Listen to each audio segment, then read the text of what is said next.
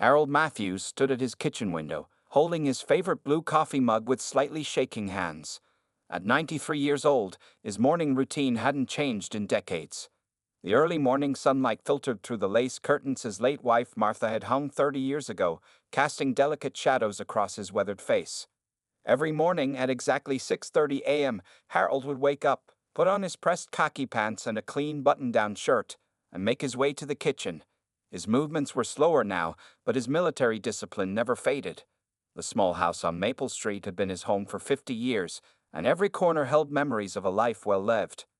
Outside his window, the garden he had tenderly cared for since Martha's passing bloomed with colorful flowers. Red roses, yellow daffodils, and purple petunias created a rainbow that would have made Martha smile. Gardening wasn't just a hobby for Harold. It was his way of keeping her memory alive. Another beautiful morning, Harold whispered to himself, something he started doing after Martha passed away. Living alone didn't bother him much. He had his routines to keep him company. After finishing his coffee, Harold put on his old brown jacket and carefully locked his front door. The walk to Joe's Diner was part of his daily routine too. It was only 3 blocks away, and even though his knees weren't what they used to be, Harold believed that moving was living. The familiar bell above Joe's Diner's door chimed as Harold entered. "Morning, Mr. Matthews," called Sally, the waitress who had been serving him breakfast for the past 15 years. She already had his usual order ready: 2 eggs over easy, wheat toast, and a side of crispy bacon. "Morning, Sally," Harold replied with a warm smile, settling into his regular booth by the window. From here, he could watch the town wake up, just as he had done thousands of times before. The diner was quiet at this hour, just the way Harold liked it. A few regular customers nodded in his direction: Tom the mailman, Mrs. Henderson from the library, and Officer Parker stopping in for his morning coffee. They all knew Harold was a war hero, though he never talked about it. The small purple heart pin on his jacket was the only visible sign of his service. As Harold ate his breakfast, he thought about the letter he received yesterday from his grandson Tommy. The boy, though at 35, he wasn't really a boy anymore, was serving in the Air Force, just like Harold had during World War II. The thought made his chest swell with pride. The peaceful morning suddenly changed when Harold heard unfamiliar sounds from outside. The quiet rumble of the awakening town was interrupted by the loud roar of motorcycle engines. Through the diner window, he watched as 5 motorcycles pulled into the empty building across the street. The old Wilson's hardware store that had been vacant for months. "Looks like someone finally bought the old place," Sally said, refilling Harold's coffee cup. "Heard it's going to be some kind of motorcycle club." Harold watched as the bikers, dressed in leather jackets covered with patches, gathered outside the building. They were loud, their laughter and voices carrying across the street and through the diner's windows.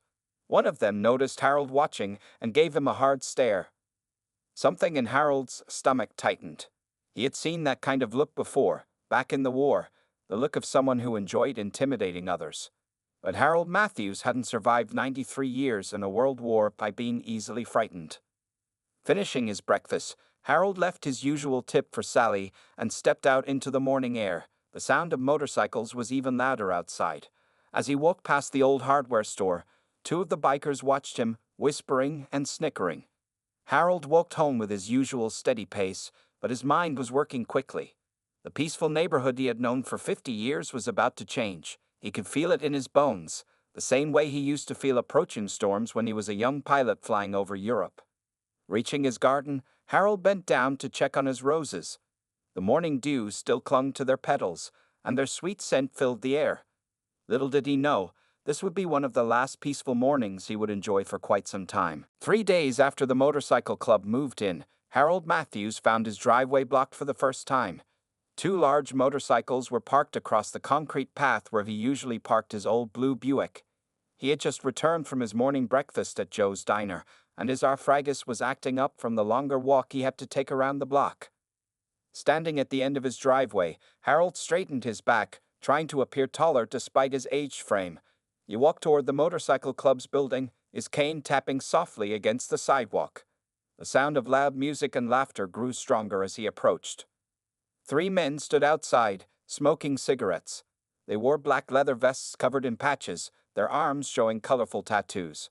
The youngest one, who looked about the same age as Harold's grandson, noticed him first. "Can we help you, old-timer?" the young man asked, flicking his cigarette onto the ground. Harold cleared his throat. "Yes, there are 2 motorcycles blocking my driveway. I'd appreciate it if you could move them." The other 2 men turned to look at him, and Harold noticed their smirks. The tallest one, with a thick beard and a patch that reads Snake on his vest, stepped forward. "Oh yeah?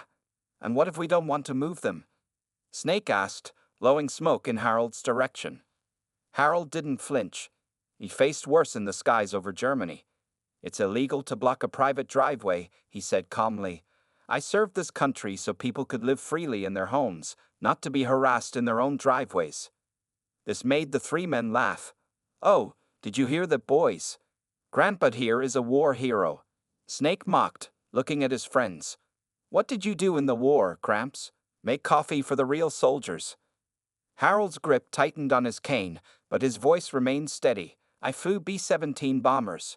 28 missions over Nazi Germany." "Well, this ain't Nazi Germany, old man," the youngest biker said. "This is our territory now." Just then, more bikers came out of the building. There were 7 of them now, all surrounding Harold.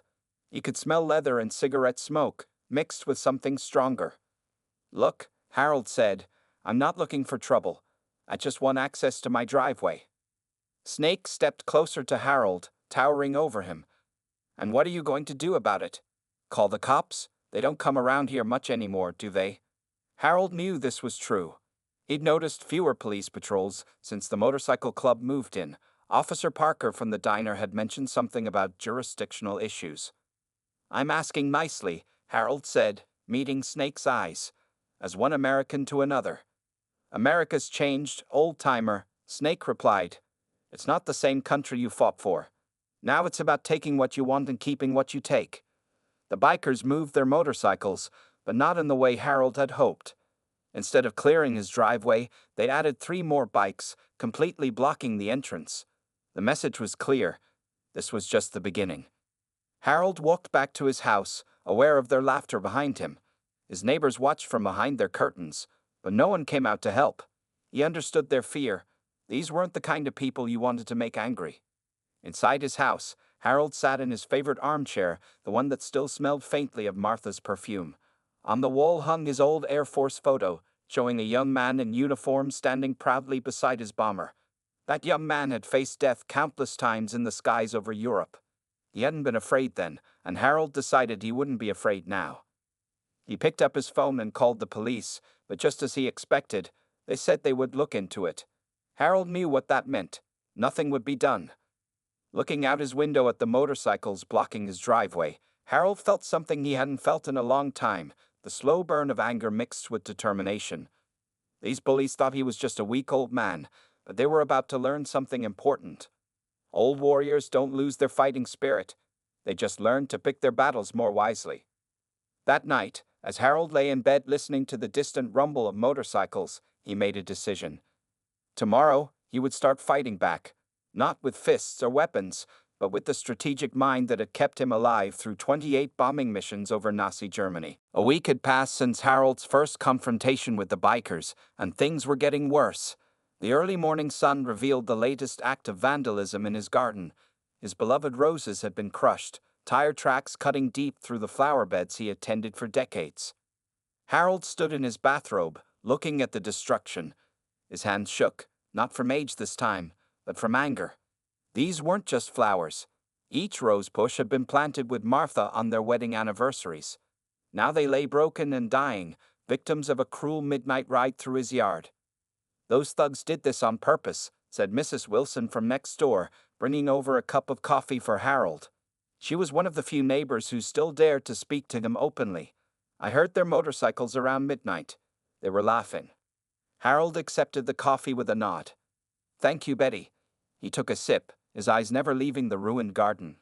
"Did you call the police?" "I did," she sighed. "They said they'd send someone, but nobody came. Just like last time and the time before that." The sound of motorcycles filled the morning air. Harold and Mrs. Wilson watched as 5 bikes roared past his house, slowing down just enough for the riders to see their handiwork. Snake, their leader, turned his head and gave Harold a mock salute. Later that morning, Harold tried to follow his normal routine and walked to Joe's diner. But halfway there, 3 motorcycles surrounded him on the sidewalk, engines revving loudly. "Going somewhere, Gramps?" Snake called out over the noise. "Need a ride?" Harold kept walking, his cane tapping steadily on the concrete. The bikes circled him like sharks, coming closer with each pass. "Hey, I'm talking to you, old man," Snake shouted. He gunned his engine, the motorcycle's front wheel coming up onto the sidewalk just inches from Harold's legs. Harold stopped. He turned slowly to face Snake, his blue eyes hard as steel. "You know," he said quietly, "in the war, we had a name for people who attacked those weaker than themselves." Snake killed his engine. "Oh yeah? What's that?" "Cowards," Harold replied, his voice carrying clearly in the sudden silence. Snake's face turned red. He swung his leg off his bike and stepped toward Harold, fists clenched. "What did you call me?" Just then, a police car turned the corner. Snake and his friends quickly mounted their bikes and rode away, but not before Snake pointed at Harold in a clear threat. The police car didn't stop. Harold watched it drive past, the officer inside deliberately looking straight ahead. The message was clear. He was on his own. At the diner, Sally noticed Harold's hands trembling as she poured his coffee. "Mr. Matthews, maybe you should think about moving. My sister has a nice apartment in her building across town."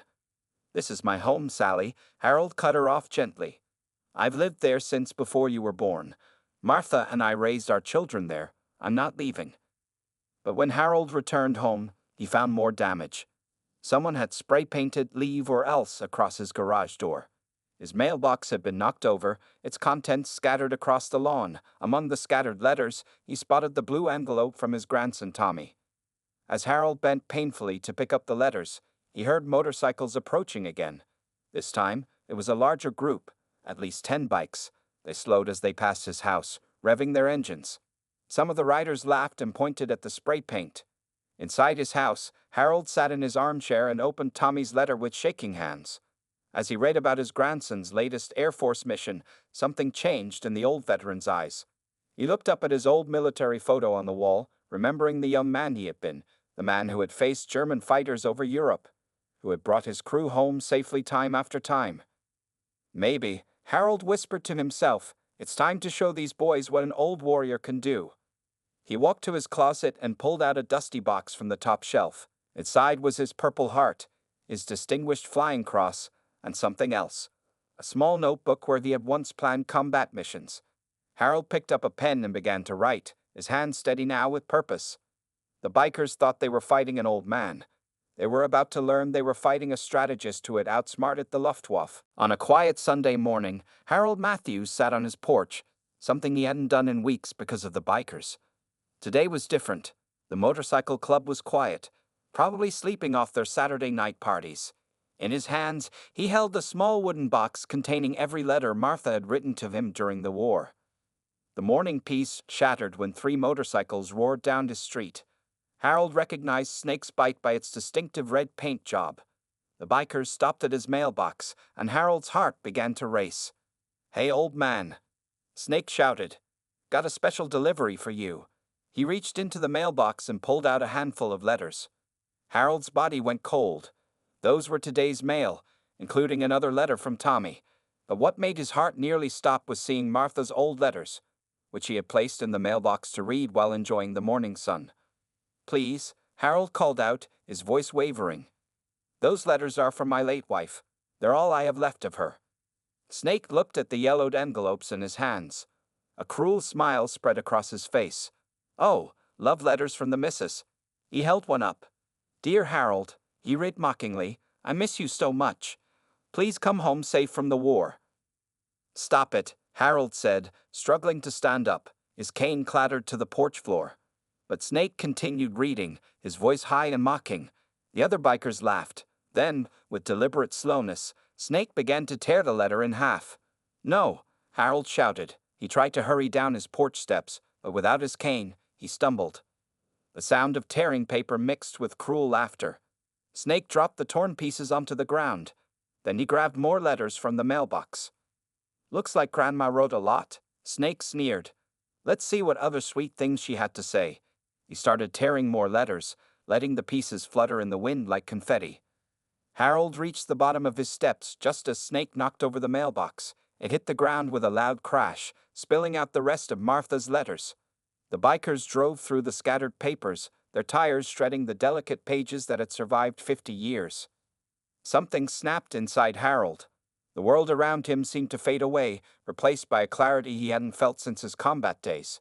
He no longer saw three young thugs on motorcycles, he saw enemies that needed to be defeated. With strength he didn't know he still had, Harold stood straight and tall. His voice, when it came, was no longer that of a frightened old man.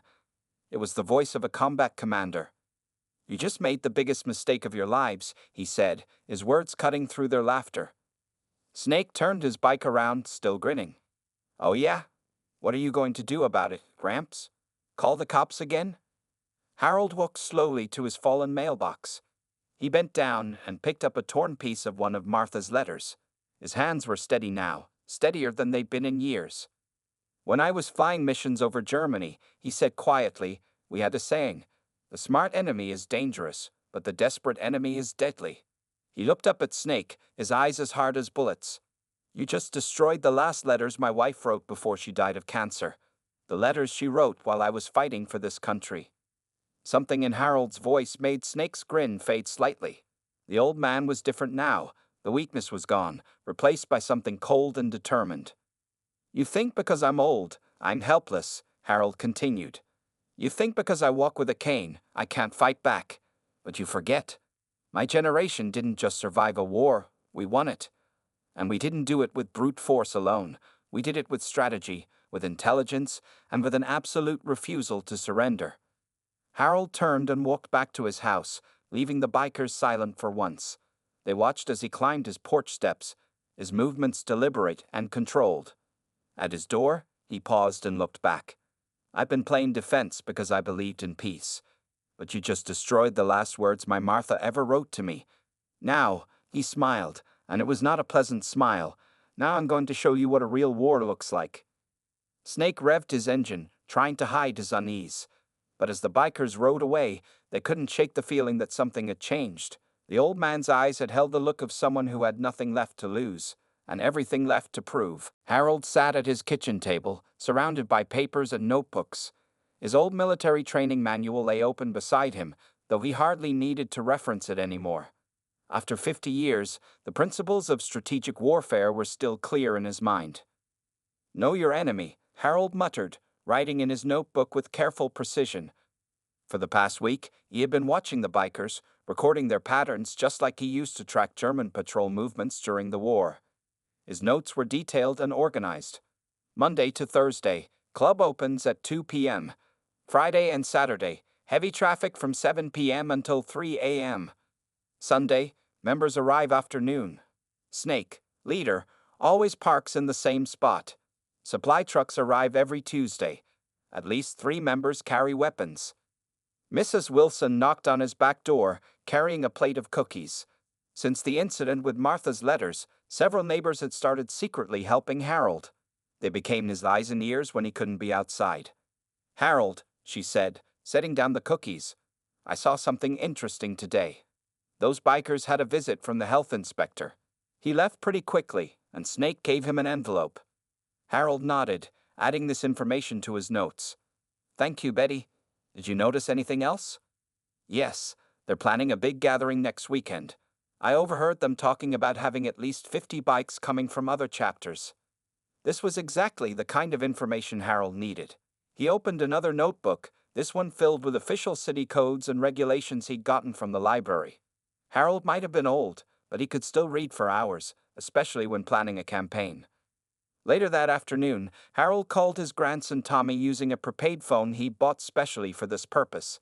As an Air Force officer, Tommy had access to information and connections that could be useful. "Grandpa," Tommy said after hearing the full story, "those guys who destroyed Grandma's letters. I did some checking. Their club has been on the FBI's radar for suspected illegal activities." Harold wrote this down. "Thank you, son. But remember, I don't want anyone getting hurt. This has to be done the right way." After hanging up, Harold walked to his window. The bikers were outside their clubhouse, working on their motorcycles. They looked confident, untouchable. They had no idea they were being studied by a master strategist. Harold pulled out another notebook.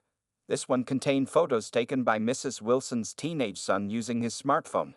The pictures showed multiple building code violations at the clubhouse: locked fire exits, improper waste disposal, unauthorized modifications to the building's structure.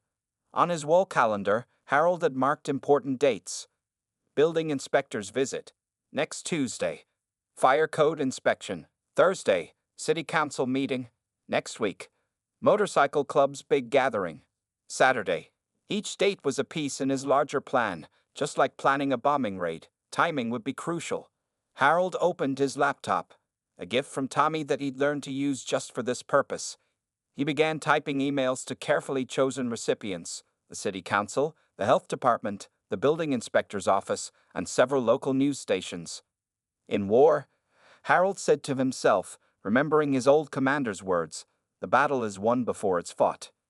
He looked at the small photo of Martha on his desk. Next to it lay the torn pieces of her letters that he'd managed to collect. The sight strengthened his resolve. A rumble of motorcycles drew his attention back to the window. Snake and his friends were leaving for the evening, revving their engines extra loud as they passed Harold's house. They still thought they were dealing with a helpless old man. Harold smiled. In his years as a bomber pilot, he'd learned that the most dangerous moment for any fighter was when they thought they were invincible. Pride makes people careless, and careless people make mistakes. He picked up his phone again, this time calling Officer Parker, who he knew from the diner. Jim? Yes, it's Harold Matthews. Remember when you said you wished you could do something about those bikers? Well, I think I might have a way. As night fell, Harold continued working on his plan. The bikers had taught him an important lesson. Sometimes the best way to win a war isn't with weapons or violence, but with patience, intelligence, and careful planning. They were about to learn that crossing a veteran bomber pilot was their biggest mistake. Harold Matthews stood before his bathroom mirror, adjusting his old Air Force uniform. It still fit, though a bit tighter than 50 years ago. His medals gleamed on his chest: the Purple Heart, Distinguished Flying Cross, and others he'd earned in the skies over Europe. Today, these symbols of his service would serve a new purpose. At precisely 9:00 a.m., a knock came at his door. Harold opened it to find James Cooper, his old wingman from the war, standing there in his own uniform. "Ready for another mission, Captain?" James asked, saluting with a grin. Despite being 91, James had driven 3 hours to support his former commander. "More than ready," Harold replied, returning the salute. Over the next hour, more veterans arrived. Word had spread through old military networks, and Harold's plan had resonated with veterans of all ages: Korean War veterans, Vietnam veterans, Gulf War veterans, and even some young veterans from recent conflicts, 30 in total, all in their dress uniforms. Across the street, Snake and his bikers watched suspiciously as the veterans gathered in Harold's driveway. The bikers had no idea what was coming. At 10:00 a.m. sharp, Harold addressed the gathered veterans. "Gentlemen, thank you for coming. Today, we're not here to fight with fists or weapons. We're here to show these bullies what real strength looks like." A local news van pulled up, right on schedule. Harold had called them the day before, telling them about a special veterans gathering at his address. The reporter, Sarah Chen, approached with her camera operator. "Mr. Matthews," she asked, "can you tell us what's happening here today?" Harold faced the camera, standing straight and proud. "We're here because this neighborhood is under siege. A group of individuals has been terrorizing residents, vandalizing property, and disrespecting the very freedoms we fought to protect." The camera panned to show the motorcycle club across the street, then back to the gathered veterans in their impressive uniforms. The contrast was striking, just as Harold had planned. "These men behind me," Harold continued, "represent over 200 years of combined military service. We're not here for violence. We're here to take a stand for what's right." As he spoke, more vehicles arrived. Officer Parker stepped out of his police car, accompanied by the city building inspector and fire marshal. They carried clipboards and cameras, all part of Harold's carefully orchestrated plan. Snake stormed out of the clubhouse, face red with anger. "What is this, old man?" Trying to scare us with your little parade. Harold turned to face him, calm and composed. No, Mr. Snake, I'm not trying to scare anyone. I'm simply here to enforce the law. He held up a thick folder. In this file, I have documented every building code violation, health code violation, and noise ordinance violation your club has committed. I have witness statements about your harassment of residents, photographic evidence of your vandalism, and proof of your attempts to bribe city officials. Snake's confident smirk faltered as Harold continued. The FBI is very interested in some of your club's activities, but I'm giving you a choice. Harold stepped forward, his voice carrying clearly in the sudden silence. You can leave this neighborhood peacefully today, or face the consequences of your actions in court. Your choice. The camera caught every word. Behind Harold, 30 veterans stood at attention, a powerful symbol of dignity and strength. The police officers and inspectors were already heading toward the clubhouse with their clipboards. Snake looked around, seeing his kingdom crumbling. The news camera, the officials, the veterans, the gathering crowd of neighbors. This wasn't the kind of fight he knew how to win. You think this changes anything, old man? Snake snarled, but his voice lacked its usual confidence. Harold stepped closer, speaking softly so only Snake could hear. Son, I faced down Nazi fighters over Berlin. Did you really think I'd be afraid of a few bullies on motorcycles? Now, make your choice. But remember, everything happening right now is being broadcast live. Snake looked at the camera, then at his club members. For the first time, they looked uncertain, waiting for their leader to decide their next move. Harold watched calmly, knowing he had already won. Sometimes, the bravest decision isn't charging into battle. It's standing your ground and letting your enemy realize they've already lost. The morning sun climbed higher as Harold Matthews and Snake faced each other on the street. Behind Harold stood 30 veterans in full-dress uniforms, while Snake's bikers gathered behind their leader, looking increasingly uncomfortable under the news camera's unblinking eye. The fire marshal emerged from the clubhouse, shaking his head. Multiple violations, he announced loudly. Locked emergency exits, faulty electrical work, unauthorized structural changes. This building isn't safe for occupancy. Snake's face darkened with rage. You set this up, he growled at Harold. You think you're clever, old man? No, Harold replied calmly. I think I'm right. There's a difference. More news vans were arriving now. Harold had timed everything perfectly. The morning news crews were looking for stories, and a group of decorated veterans standing up to neighborhood bullies was exactly the kind of story they loved. Mrs. Wilson and other neighbors began emerging from their homes, drawn by the commotion. They stayed on their porches, watching in amazement as the scene unfolded. Some were recording everything on their phones. This is Sarah Chen, reporting live. The first reporter announced into her microphone. We're witnessing an extraordinary standoff between local veterans and a motorcycle club that has allegedly been terrorizing this peaceful neighborhood. The camera focused on Harold's medals, then panned to show the spray-painted graffiti on his garage door. The contrast was powerful, exactly as Harold had planned. Snake tried to salvage the situation. These are false accusations. We're just a group of motorcycle enthusiasts. This old man is harassing us. But Harold was ready. He nodded to James Cooper, who opened a laptop setup on a small table. On the screen was a video compilation, security camera footage showing the bikers vandalizing gardens, threatening residents, and blocking driveways. Mrs. Wilson's teenage son had helped edit it together. The police have copies of everything, Harold said quietly, including footage of your members carrying concealed weapons without permits. Officer Parker stepped forward. We've received multiple complaints about illegal activities at this location. We have probable cause for a search warrant. More police cars were arriving. Harold watched as Snake's confident facade began to crack. The biker leader looked around, seeing his world shrinking. The news cameras were capturing everything, and social media was already buzzing with live streams from neighbors' phones. One of the younger bikers tugged at Snake's sleeve. Boss, maybe we should? Shut up. Snake snapped, but his voice trembled slightly. Harold took a step forward, his medals catching the sunlight. You know what the hardest lesson I learned in the war was?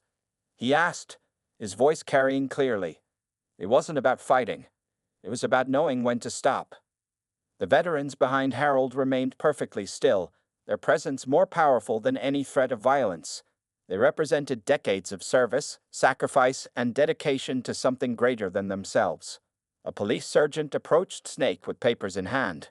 "We have a court order to inspect the premises for illegal activities. Your choice is to cooperate now or face obstruction charges." Snake looked at his men. Some were already backing away, not wanting to be on camera resisting police orders. The carefully crafted image of invincibility they built was crumbling in the morning sunlight. "This isn't over, old man," Snake threatened, but his words sounded hollow. "Yes," Harold replied firmly, "it is. You can leave peacefully now, or you can leave in handcuffs later. Either way, your reign of terror in this neighborhood ends today."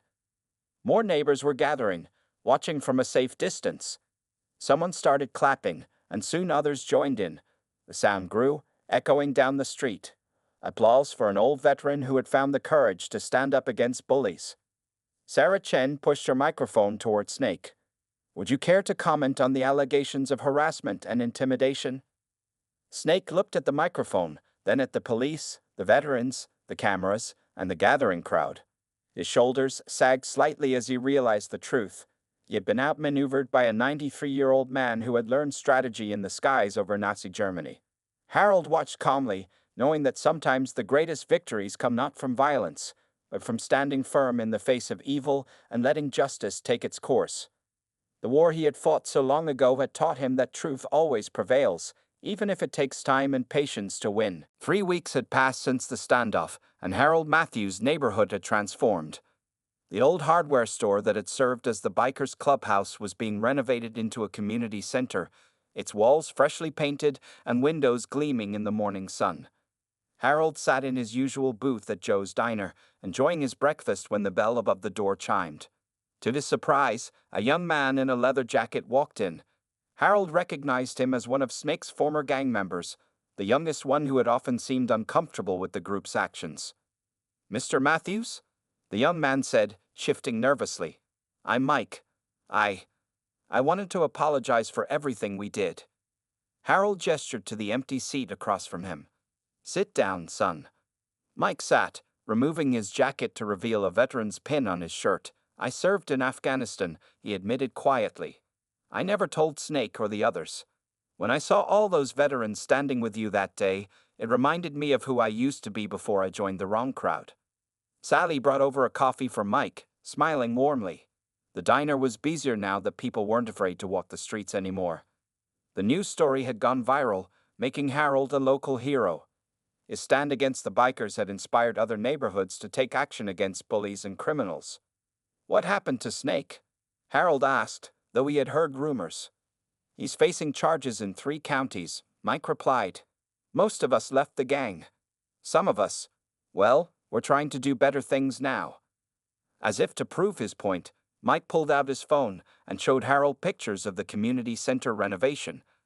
"A bunch of us veterans, former gang members, were helping fix up the place. Going to make it a support center for vets who need help getting back on their feet." Harold smiled, remembering his own difficult transition after the war. "That's a noble cause, son." Later that afternoon, Harold worked in his garden, replanting the rose bushes that had been destroyed. To his surprise, a group of young veterans, including Mike and several other former gang members, showed up to help. "We can't bring back Mrs. Matthews' letters," Mike said, carefully planting a new rose bush, "but we can help make her garden beautiful again." As they worked, Harold shared stories about his flying days, and the young veterans opened up about their own service experiences. What had started as an act of redemption was becoming something more, a bridge between generations of warriors. Mrs. Wilson came out with lemonade for everyone, beaming at the transformation in the neighborhood. Children played freely in their yards again, and neighbors chatted on their porches without fear. That evening, Harold received a special delivery. It was a package from his grandson Tommy, who had been deployed overseas. Inside was a new American flag and a letter.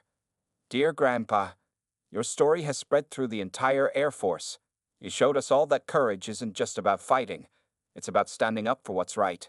The base commander asked me to tell you that you're still teaching young airmen how to serve with honor, even at 93. Love, Tommy. Harold hung the new flag outside his house, where it flew proudly in the evening breeze.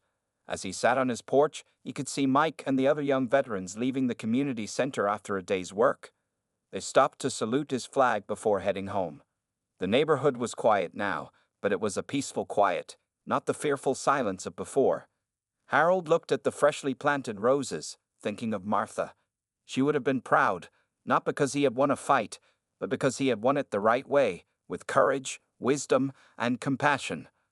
A police car drove by slowly, Officer Parker doing his regular patrol. He waved at Harold, who waved back. The old veteran looked at his garden, his flag, and his peaceful street, knowing that sometimes the greatest victories come not from destroying your enemies, but from transforming them into friends. That night, as Harold prepared for bed, he looked at his military photo on the wall and smiled. The young pilot in the picture had fought for freedom in the skies over Europe. The old man he had become had fought for it right here at home. Both battles had been won the same way, not just with courage, but with honor. In the end, Harold had shown them all that true strength isn't about intimidation or violence. It's about standing up for what's right, bringing people together, and turning enemies into allies. That was a lesson worth teaching, even at 93.